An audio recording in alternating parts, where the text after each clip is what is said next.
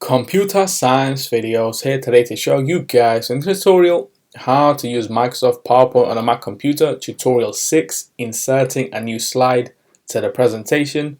Without further ado, let us start the video. So in this tutorial, you need to have access to a Mac computer, have access to the desktop application, Microsoft PowerPoint. So we're gonna start the tutorial. Let's now go down to the dock.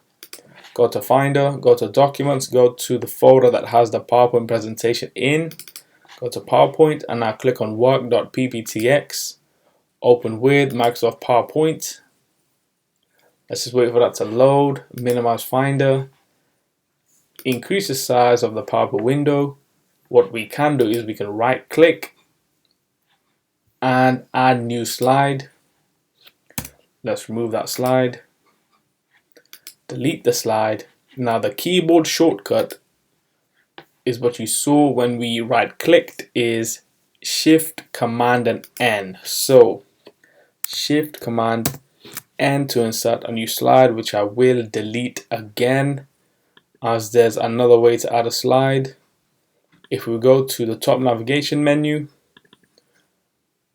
under Home, and there we can see New Slide.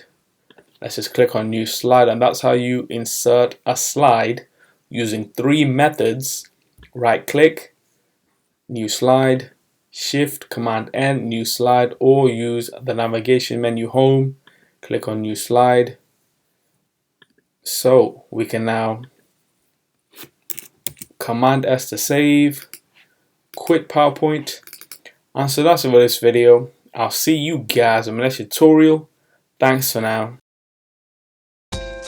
Thank you for making it towards the end of the video. Be sure to subscribe to my channel, Computer Science Videos. Be sure to check out the previous video on screen now, or you can ideally click on the playlist and watch all the journey for computer science videos from the start until now.